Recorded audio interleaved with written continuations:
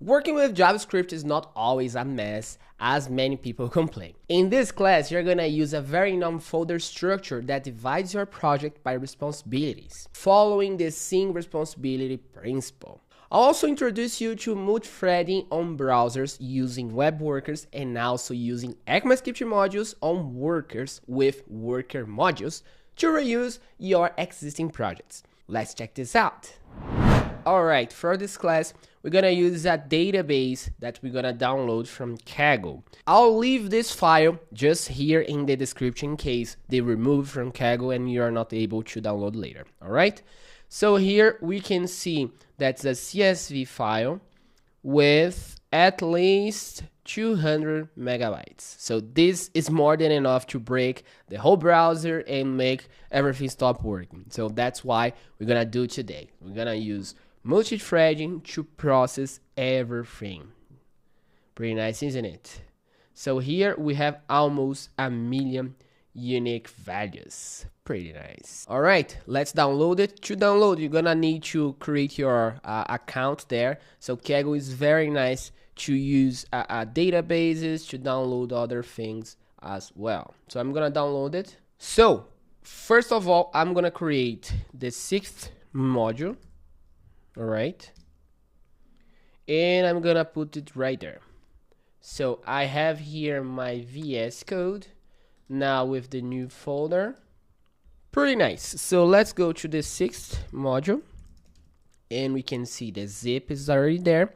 So I'm gonna say 01, and this one I'm gonna call processing large reports in the browser, so you can have a lot of ideas there. All right, going there, let's initialize a Node.js project. Okay, and then I'm gonna create here a folder called assets, and then I'm gonna move that file to assets. Okay, so inside assets we're gonna need to unzip it. So on Mac, I can use unzip like this. If you're on Windows, I think you have just to click twice, right? All right, so I have the full thing here. I'm gonna change this name by database CSV to make it easier. So if I see the size is 200 megabytes, so it's a lot, right? Let's remove the zip. All right, the first thing I'm gonna do is to make this file smaller so we prevent the whole VS Code from breaking, okay? So using head with the number of lines, I'm gonna say 20 lines from our database, and then I'm gonna redirect to small database CSV. So now looking at the small database CSV, we can see all the 20s. I think if I click on the database here, I think my VS Code is able to handle 200 megabytes, but I'm not sure yours, right? So this is a good practice to get just a portion of this file and put it on a smaller one and then process. Well, this whole file we're gonna use on the last class, okay? But we're gonna start working on the small because it's the same pattern. We can understand how it's working and then we can go right away. The whole point of this project is we're gonna go on this call description, all right, and count how many occurrences we have, let's say, for hold. How many occurrences of hold we're gonna have in the whole file. So I'm gonna count them all and then print out on the browser. So I'm gonna use only the browser. I won't have any backend on this. So this is pretty exciting. Nice. Let me show another link here. To use multi-threading on browser, we usually go to the can I use and check if your browser can work with it, can use it. So here we can see the web workers API is accepted in most of the browsers. So we can see there's no problem. So most of them are here. But if we go to the module worker, which is using ECMAScript modules inside worker, inside our thread, you can see there's no much browsers here. So I'm using Firefox here, and Firefox doesn't support. So for our class, we're gonna use Chrome to see this working in practice, okay? This is not something that's gonna be a problem for you in production, because usually we put some polyfills and other ways to use our project, but this, it's very cool for you to start to experiment with, all right? Nice. So now you know which browser could work with it. We have it already here. I'm gonna open a Chrome just in case, and I'll leave it right here. Nice. So the file is all right here. As we're gonna have only the static file, we should have an index HTML. So I'm gonna type HTML5 hello world, and then I'm gonna install the browser sync in the version 2.27 .1 .11 .27. I think it's all right, it's safe to use because it's just minor. Perfect. We're gonna go to the package.json and put a new script, which is npx browser sync -w for watch, okay, and the path that is our index HTML. So if I go to npm start, it will start running our application and open on our browser, on our default browser. So it just opened on Firefox in another window for me here. But if I go to my browser here, I actually could try splitting here. So if I go to the index and put 2 and save it, you can see that it's updating as a save all the project. Pretty nice, isn't it? Let me put more zoom here so we can see better. Nice. Let's start creating our HTML. So we're gonna need a form, right? So we're gonna need to have a form for our search term, for the file, and so on. So I'm gonna build all the form first, and then we're gonna go to the logic into our project. Nice. So I'm gonna have first a form with ID form, and you can remove the action.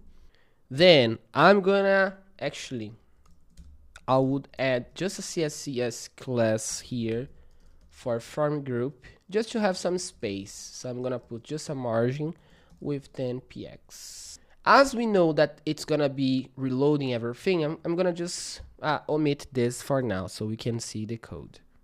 Nice. So div class form group, and then label for description, and I'm gonna call description. Why description? Because we're gonna search for the description here, right? So this is actually, I think it's not the CSV preview is not a native thing on VS Code. I just noticed it. So to install it, you can go to the extensions and go to the Excel viewer. So this is the one I'm using for viewing our CSV files. So I'm gonna go through this field and count how many occurrences we found there. Nice. So input, type, text, name, description, and ID, description. So I'm gonna type it here, and we can go to our browser and see how it's going. So description is here, is an input type, and it's all right. We can copy and paste this one, and now we're gonna do for our file, okay? So here, CSV file, for CSV file, the name and the description, CSV file, and type file, and accept .csv only. So we make sure only CSV data could go on this form. Just save it, and now you can see it's a type text. And if I go try searching it, you can go to your folder and try finding the whole assets here, and you can see like the index.html could not access, but if you go to the assets, you can see the small databases and the database. All right, So if I click, if I select some, I can see the name right here. All right, nice, pretty straightforward until now. What else? I'm gonna copy this one and paste it right here too. As I told you, Web Workers is working fine in almost all browsers, but Worker modules using ECMAScript modules on Workers, it's working only on Chrome. So I'm gonna put here a flag so we can know if we're gonna be able to use Worker threads or not. And then we can try checking the performance using or disabling it. So I'm gonna paste it here as well. Actually, it's already fine. So now I'm gonna put it right before. The type it's gonna be checkbox. It's gonna be checked by default. All right, I'm gonna assume all browsers accept it. The name and description worker. Okay, and here I put worker as well, and in description should use worker threads. So if I save it, I remove this one, and now you can see our check is here. All right, this is gonna help us to either process using worker threads or not. Nice. Now I'm gonna have a button just to submit or to reset it. So I'm gonna copy and paste it. The input type submit. I can remove it. The name button, and could be the name submit, and I did submit as well. And the value search.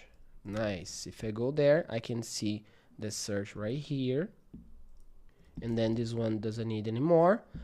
Well, I'm gonna have a reset as well, so I don't need ID or submit here, just the value reset. So now if I type something here, the reset is gonna clean up. Okay, perfect, we're almost there. Very simple interface here just to upload our code, and we're gonna use this input to filter all our files. So I'm thinking of some ideas here. When I select the file, I should see the file size here. I think this could be great for us to choose either we're gonna use worker threads or just the whole main thread. So let's go with the class, form group, and the form group here. We're gonna have an output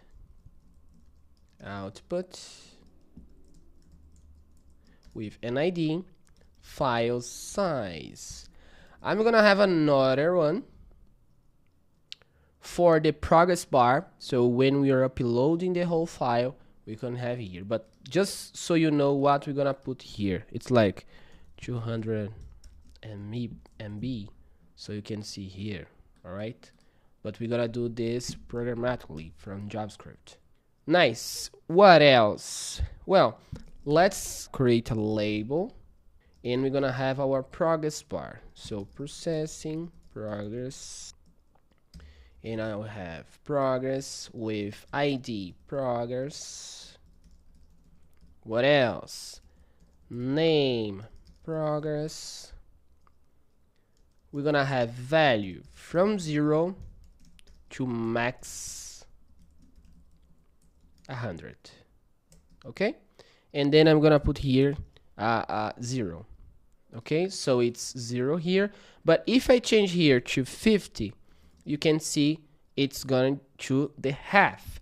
If the value here is 30, you're gonna see the value change, right? So as we are processing, this progress bar is gonna increase or decrease value. And the last one, I'm gonna copy the file size here, and I'm gonna put a div here, just we can have the debug, so we can notify all the report. I would say it's better. So we say, oh, we have processed 100 megabytes, or we have processed 20 megabytes with 1,000,000 items, and so on. I think that's it for the interface. We don't need much here. If you want to use your imagination to put more CSS, it's up to you. All right, the goal is not for interface, just to make it as simple as possible. All right, so let me explain first the layers. All right, so I'm gonna use the pattern enter folder structure. All right, so every file we're gonna follow the single responsibility. This means that only a single file can access the DOM, which is the HTML, which is the one who can update files or update the whole screen. We're gonna have workers for all heavy processing or business data. We're gonna have services and so on. So let's start creating and then I'll tell you all the layers. So we're gonna have controller, we're gonna have service, we're gonna have view, worker, and index. Okay, so service, all external APIs, database connections, everything that goes online, outside. Okay, we put here also all business rules. Nice. What else? The view, all iteration with the done, the only one that can change interface. Perfect. What else? I can put here worker, all heavy CPU processing that might block the screen. So all that we can have here, it's machine learning, processing, data processing, for loops, anything, crypto, and much more here. All right, and also can call the service layer to process business rules. Okay, nice. Then we're gonna have the controller here. So the controller is the mediator here. The controller intermediates the communication between services and views, services or workers if needed, if available. So here, if we are using worker threads, we're gonna connect with worker threads. But in case we are using other browser that doesn't support worker threads, you can use the services layer. Okay, doing services layer or workers layer if available. Okay, I would put here between business rules, okay, which could be the services workers layer and presentation, which are our views layer. Okay, and the index, it's who does the whole glue, right? It's the factory, so it's who can import modules, creates instances, and calls the initialize function. It's the startup. Okay, so this is gonna import all modules, get the dependencies or environment variables, and call all other modules. All right, let's create in practice. I think it's gonna be easier to understand once we create it. Okay, so let's go there. Index.js, controller.js, view.js, what else? Service.js and worker.js. Here you can see that I'm just calling controller because it's a single module. We don't have a lot of domains, but imagine I have person or cars. I would create a folder called controller, and inside it I would have a person controller, car controller, and so on. For each domain, we're gonna have a separate file so you can split the responsibility. All right, this is very cool for any size of projects. Well, in the index, we're gonna call it just our index.html file. So source index.html. And don't forget to put the type module. And the index is gonna be the responsible for calling all other layers. So I'm gonna just create the structure here, and we go to our project. So export the full class view, service, same thing, controller, the same thing. So we can import it. And the worker is a bit different. The worker, I'm gonna put here just a console.log. I am ready. Okay, and our worker thread, our worker module here, no, in our web worker, we're gonna have on message, which is a global variable that we can use here. Okay, and I'm gonna receive a message here and just print out. So hello from worker, and I'm gonna print out the message. Nice. So here on the worker, we're gonna import the server. Worker means that everything that I'm gonna go to the background, everything that we're gonna go process at CPU intensive tasks, we're gonna use worker. Nice. And now on our index, we should just call them all.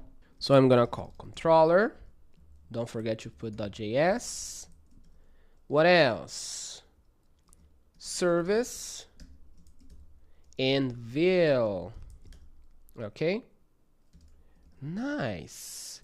So we're gonna need to import the worker. All right, to import the worker, as I said, to work behind the scenes, to work on the background, we're gonna use the class worker, and then we say where is the class. So the class, it's on worker. All right, and then I'm gonna use type module. So let's comment here so you understand why is this. Okay, worker modules type module is currently working only on Chrome. This means web worker works. Okay, so the worker modules is type module import export. Okay, and web worker means that we can use everything aside the import export. We can use the window, which is another name for them, but I'm gonna talk to you about this later. Okay, so web workers work but using import export not. Okay, nice. So worker equals new worker. And then I'm gonna, on our controller here, I like to create a static function that receive all the dependencies, and then we can receive the dependencies. Remember that I told you the controller will intermediate all the communication. So we're gonna have the view and service and worker in this case. I'm gonna put them here as private fields, and then I'm gonna put them all here. This is just to create our first structure so you can reuse this a lot on your projects. All right, so const controller equals new controller deps, and I return the instance if someone can use. All right, in the index, I'm gonna call controller init, and I will say view. It's gonna be our new view. What else? I think it's missing something here. Controller view service, new service, and then the worker. Okay, just it. We just created the whole structure, and let's see if we see any trouble here. So I'm gonna update just in case. I would put some console.log so we can see everything is working fine. And here I can see the log. Okay, nice. Just check if you have any trouble here, any error. So it seems to be all right on my code. No issues so far. We are just missing to see this I am ready here and the console.log, right? So let's send a message, worker dot post message. Hey there. Let's see. It seems not to be working, right? Well, this, I think it's because the index.html is outside the src. So let's see, src like this. Just save it. Ooh, now it's working. I'm ready. Hello from worker. And now you can see the whole object there, right? But the only thing we need is the data object. So our threading, it's working fine. So data, and now we can see the whole log. All right. So you can notice that our worker is working fine. All right. And this, it's going to be working behind the scenes. It's going to be working in the background. So we're going to have our project handling this screen, changing the screen a lot, and the worker processing all the CSV data, and then we can communicate to receive those responses back and forth. This is very interesting. All right, let's start working then. So in the view, I'm gonna put some ideas here so we can get the file size and print it out, okay? So I'm gonna put on another page here the names we're gonna have it. So I'm gonna do for the file first. So this is the same ID. So it's gonna be CSV file, document, query selector, and hashtag. Well, we could actually put this on a variable and call it, and we just get the text like jQuery, right? So ID. So we can have like here it's gonna be CSV file, and then we're gonna have the file size to show the results. So file size. We can have also the form. So form, I think this is gonna be better if we can just put the ID here, the selector, and then you can put hashtag here, because you can try finding by class if you want later, okay? This way we can say, oh, it's just the ID. Let's grab the progress as well. So here, progress. And then what else? The report. So report is here. Nice. I'm gonna save it. Just check if you see any trouble here. It seems to be all right. Let's create our first function. It's gonna be set file size. So once someone changes the file, we're gonna receive the size. So this file size inner text, it's gonna be file size and a break line. And I'm gonna put a configure on file change. So once the file change, we can have our function. All right. This is what I told you when splitting the whole responsibility. So now our view layer cannot execute any logic, but it can receive a function. And once our file input has changed, it just calls this function. So see, let's grab the CSV file, add event listener. So I'm gonna have change. I'm gonna receive the event here. I can remove it from here as well. So then I'm gonna just call this function by our event target files 0, because our input here can select multiple files if wanted. So we're just gonna grab the first. All right, so the view part is okay. So we just create a function that we can call from our controller, and then we're gonna configure this input so when it's changed we can see the file size. Perfect. Let's go to the controller. I like to have also an init function here, which is gonna initialize our controller. So we can have here controller init, and we always returns the controller for who else called. And in here, we can start calling the functions from view. So first of all, I'm gonna use this control. So view, configure file on change, and we're gonna have to pass a function, okay? So for this function, it's gonna be configure on file change. It's the same name, but I'm gonna say this configure file change, and I'm gonna use bind this so we can keep using the this for this class, not for window. And also this could be a private field, so I'm gonna just pass the private field. And we know now when the file is changed, this function is gonna receive the file, right? So we can go there and say it's gonna be our file.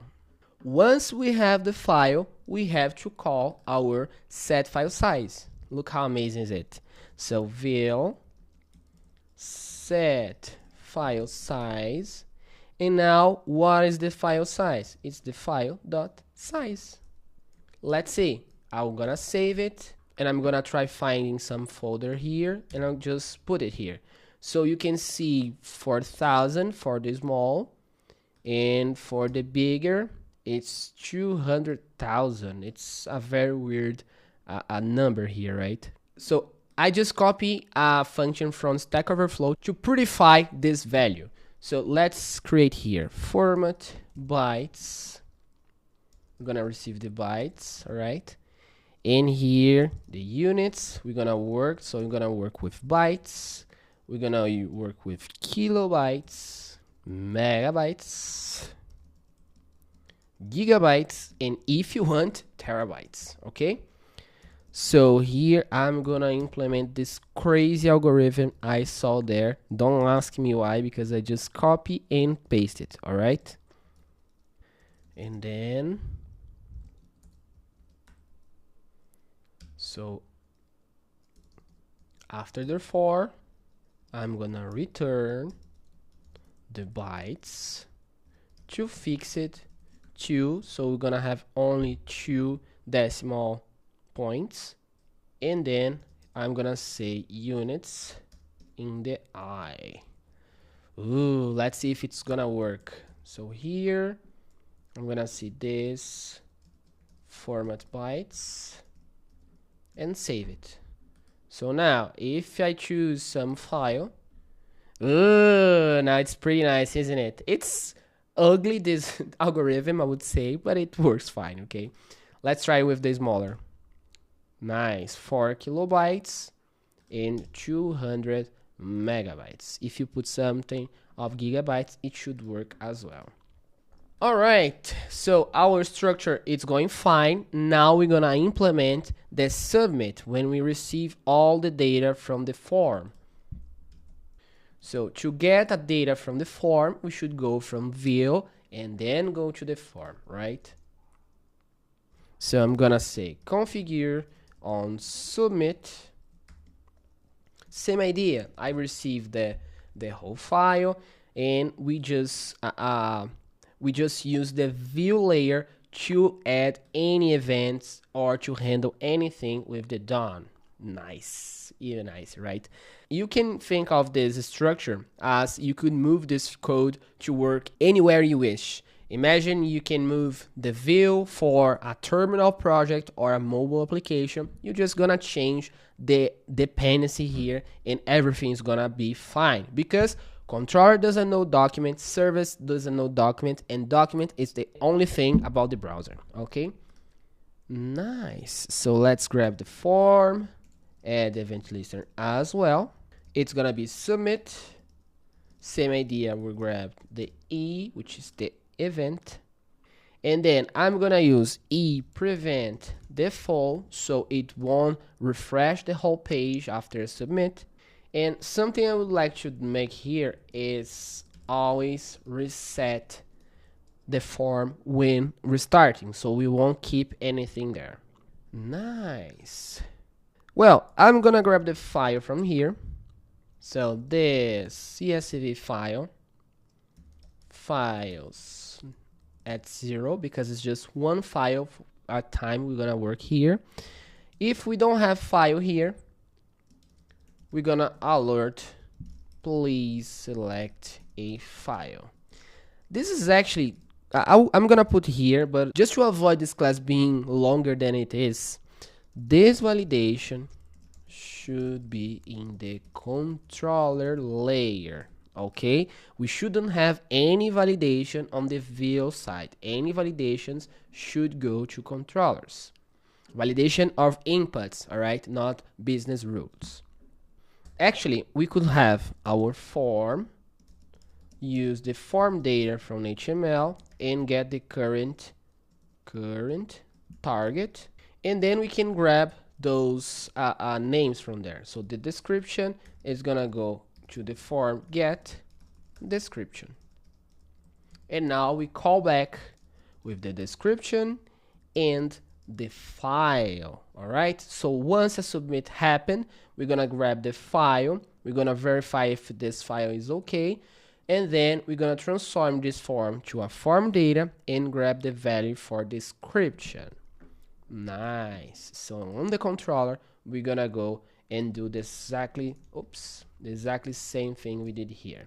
So I'm gonna copy the name here, and I'm gonna call the same name.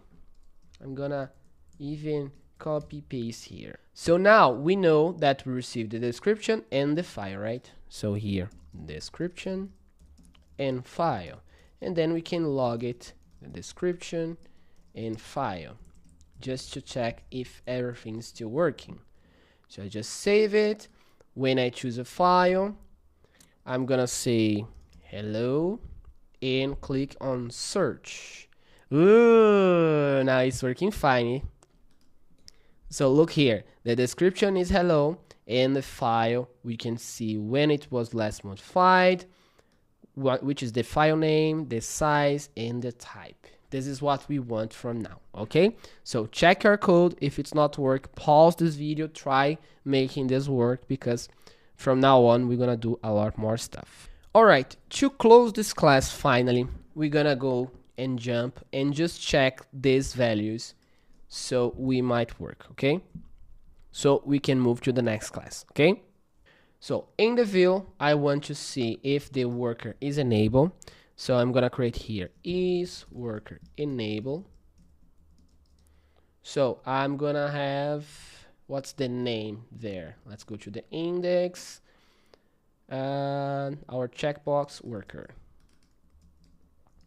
I'm gonna put worker enable. I think it's better to use this, right? So worker we don't have here yet. Worker enabled, worker enable. So if it's enabled, we're gonna say worker dot checked. I would say checked, but remember that the controller doesn't know that the view is handling and it's checked or not. It just needs to know if it's enabled or not. Perfect. So I'm gonna do this, and I'm gonna create the update progress. Okay, so we can see our progress bar updating right away. So we're gonna have the value and the progress. Value receives the value. So you can see that we spend a lot of time creating the structure, but to make this thing work and to increase our project, it's gonna be a lot easier from now. Nice. I just save it, and let's go to our controller and let's call them, okay? Now, from the submit here that we have on the controller, we are just logging the description and file. What I'm gonna do here, I'm gonna check first if the view, I'm gonna copy the name, is worker enable. If the worker is enabled, I'm gonna just send a message to the worker, okay? Post message, as we've done on the index. I think we have to remove from there as well. Okay, post message, and I'm gonna send the file. Okay, looking at the assets here, you can see it's all uppercase, right? But what if we could search here on any case that we want, only the text. So here I'm gonna create on our controller a object query, and for query, and the name of the field, which is call description, okay, because we're gonna run our filter there, and I'm gonna start a reg expression on our description and say that it's case insensitive. So you can search hold or hold if you want. It doesn't matter, okay? Nice. So if it's worker is the file and the query, and I'm gonna return it. Well, if it's not enabled for some reason, or if this browser doesn't support, what I'm gonna do, we're gonna say that it's not enabled here. So if it's enabled, console.log executing on worker thread or executing on main thread. Just it. Let's check how the code is gonna be different now. So if I try clicking insert, we can see that the alert is working fine. If I put here, oh, but I received here, I think from the alert there on our view, we should put a return here, okay? So it won't execute anymore. So let's see, search, okay, and see the function wasn't executed. So I'm gonna put a small database, and you see that I'm not validating the description because it could be empty as well, okay? So search, and we can see from worker, and if I unclick here and click search again, you can see the executing on main thread. And now we are splitting the whole processing, showing either on worker threads or in the main thread. All right, so that's it for today, because I know it's been almost an hour here. So I split this class in 4 classes, so it would be smaller. All right, so in the next class, we're gonna keep doing this project. In the next class, you're going to start consuming the CSV file and finally implement the algorithm to parse CSV to JSON data string. Let me know in the comments if you have any questions. I hope this class has exceeded your expectations. I'm Eric Wendell, and I'll see you in the next video.